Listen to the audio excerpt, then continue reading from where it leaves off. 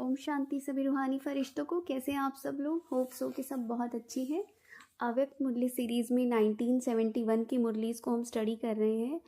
आज 20 सितंबर 1971 की मुरली है जिसका टाइटल है रूहानी स्नेही बनो। बाबा ने क्या कहा? शिव भगवान वाच, सर्व आत्माओं को मुक्ति का वरदान आप ब्राह्मणों द्वारा ही प्राप्त होना है। तो नशा चढ़ रहा है। कितनी बड़ी बात बाबा भगवान इस पूरे सृष्टि का रचयिता बोल रहा है कि तुम्हारे द्वारा प्राप्त होना है मुक्ति और जीवन मुक्ति का वरदान। तुम ही निमित्त बनेंगे। देखो, अगर मशीन देखी हो, किसी ने मशीनों पे काम होता हुआ देखा है, तो उसी के लिए बाबा एग्जाम्पल देते हुए बोला कि ये रूहानी मशीनरी फिर कम है क्या कि ऑन मशीन पे फटाफट से काम होता है, ऑटोमेटिकली सेकंड में चीज़ें बनती जाती निकलती जाती है। तो इस मशीनरी द्वारा आप 1 सेकंड में मुक्ति वालों को मुक्ति और जीवन मुक्ति वालों को जीवन मुक्ति का वरदान नहीं दे सकते हो? पूछ रहे हैं बाबा, क्या नहीं दे सकते हो? तुम्हें क्या लगता है सालों लगेंगे क्या किसी को वरदान देने में? वो एक घड़ी, वो एक क्षण ही ऐसा आता है जीवन में कि आपको परमात्मा का निश्चय हो गया। वो कोई 2 क्षण नहीं होते, एक ही होता है वो क्षण कि हाँ लेकिन समय कितना लगा उस बात में? मान लो कोई आया, ज्ञान सुना, ठीक है, 1 साल 2 साल 3 साल बाद, या जब भी उसका समय आएगा ना, वो एक क्षण ऐसा आएगा, वो आत्मा निश्चय कर जाएगी कि हाँ परमात्मा आया हुआ है, स्वर्ग की स्थापना कर रहा है, या फिर अब घर वापस जाने का समय और हमारा भगवान बाप आया हुआ है। ये सारे खेल ना 1 सेकंड के, इसमें कोई सालों नहीं लगने। तो यही बात बाबा बोल रहे हैं। और इतनी बड़ी जिम्मेदारी कहो, रिस्पॉन्सिबिलिटी कहो, ड्यूटी कहो, तो ब्राह्मणों को दे दिए। तो जो भी अपने आप को इस लायक समझते हैं ना, अपनी जिम्मेदारी को बहुत गहराई से सोचो। कितना बड़ा पद दे दिया। मैं तो समझती नहीं कि पूरे कल्प में इससे बड़ा पद कोई होगा कि मुक्ति जीवन मुक्ति का वरदान देने के निमित्त बनो।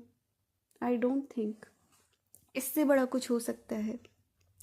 नेक्स्ट इम्पॉर्टेंट पॉइंट है कि स्नेह की भूखी आत्माएं हैं। आज के टाइम में जो भी आत्माएं हैं ना, उनको सबको अल्पकाल की हैं, जो उनके पास साधन है सुख शांति के।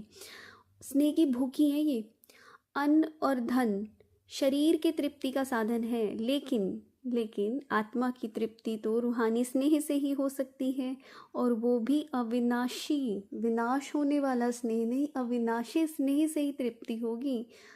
तो आपको क्या करना है? इस स्नेह का भी तो दान करना है कि आपके संपर्क में जो भी आत्माएं आए, उनको इतना प्यार और इतना स्नेह दो कि वो जो आत्माएं भूखी है ना, इस स्नेह से वो तुम्हारे पास खिंच कर आएंगी। नेक्स्ट पॉइंट है, अब इसलिए क्या करना है आपको? 1 सेकंड में मर्यादा पुरुषोत्तम बनो। मर्यादा पुरुषोत्तम बनो। कैसे बनेंगे? सिर्फ सदा स्नेही बनने से। तुम स्नेही बन जाओ, मर्यादा पुरुषोत्तम जी अपने आप ही बन जाएंगे।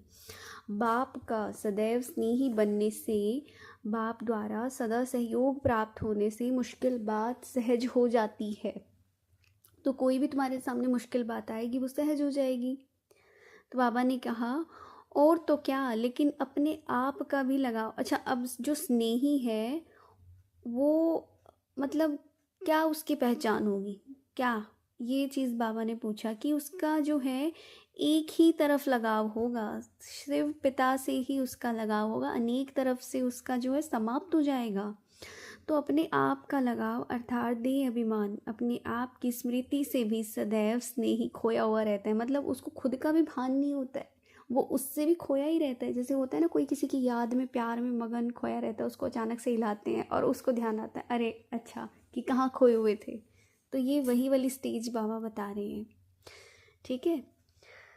नेक्स्ट कि इस राज को जानने से राजयुक्त, योग युक्त व दिव्य गुणों से युक्त बनने के कारण राजयुक्त आत्मा सर्व आत्माओं को अपने आप से ही सहज ही राजी कर सकती है। जब राजयुक्त नहीं होते ना, तब कोई को राजी नहीं कर सकते। अगर किसी को राजी नहीं कर पा रहे हो, खुश नहीं कर पा रहे हो, तो मतलब राजयुक्त नहीं है। नहीं जाना अपने राज को कि राज क्या है। और ये राज पता है क्या है? एक बाप के स्नेही बन जाओ, सारी आत्माओं के स्नेही स्वतः बन जाएंगे। और तुम क्या करते हो? उल्टा, बिल्कुल उल्टा, इसका स्नेही बन जाऊं, पति का स्नेह मिल जाए, बच्चे का स्नेह मिल जाए, इसका स्नेह मिल जाए। देखो, ये ना ऊपर से कनेक्शन शायद ना समझ नहीं आता है आत्माओं को, इसी वजह से ना ये बात ना ऊपर ऊपर से निकल जाती है कि ये चीज़ कैसे, और वो कैसे नहीं पता होता ना, तो खाली सुन लेते हैं, अच्छा लगता है कि हाँ नहीं नहीं ठीक है, बाबा को याद करना है, बाबा से इस नहीं करना है। तुम्हें ये पता होना चाहिए कि कुछ चीज़ें, ये देखो, ये दुनिया नियम कायदों की दुनिया है, इस ब्रह्मांड के कुछ नियम है। और अगर आपको किसी का स्नेही बनना है तो उसके लिए बाप का बनना पड़ेगा। इसके पीछे अर्थ क्या है इसको समझना ज़रा, क्योंकि वो है बीज। और अगर आपने बीज से कनेक्शन कर लिया तो आपको क्या लगता है जो बाकी पत्ते हैं, ठीक है, वो जो पेड़ तना है और उससे जो डालियाँ निकली हुई हैं, जो पत्ते हैं, क्या उस तक वो स्नेह नहीं पहुँचेगा? ऑटोमेटिकली पहुँचेगा। और जब वो स्नेह पहुँचेगा तो रिटर्न होके तुम्हारे पास ही वापस आना है। क्यों इतना परेशान होते हो उनके लिए? इसलिए तो जहाँ स्नेह तुम्हें लगाना चाहिए ना उसके ऊपर लगाओ। हमें पानी देना होता है ना, तो हम पेड़ की जड़ों में पानी देते हैं, ना कि उन पत्तियों के ऊपर स्प्रे मार रहे होते हैं। तुम कितना ही बढ़िया बढ़िया उसको चमका के रखो, बिल्कुल धुलाई करके पत्तियों को, और जड़ों में एक बूंद पानी ना जाने दो। करो जितना कर सकते हो, कुछ भी नहीं होगा, तुम्हारा पेड़ सूख के मर जाएगा, ख़त्म हो जाएगा। बिल्कुल समझ में आ रहा है इस एग्जाम्पल से? थोड़ा अगर आ गया हो तो आज के बाद से ध्यान रखना कि अगर दूसरों का प्राप्त करना भी है ना, ठीक है, कोई बुरी बात नहीं है, ओके करो आप, बट करना आपको एट लास्ट उसी को पड़ेगा। किसको? सर्वशक्तिवान को। ठीक है जी, ये थी आज की मुरली। जो भी चैनल पे नए आए हैं, चैनल को लाइक और सब्सक्राइब कर सकते हैं। बाकी आप जितना हो सकता है शेयर कीजिए, क्योंकि ज्ञान बांटने से बढ़ता है, तो क्या पता किस आत्मा का कल्याण हो जाए। मिलते हैं नेक्स्ट मुरली में, तब तक के लिए thank you, thank you, thank you so much. ओम शांति।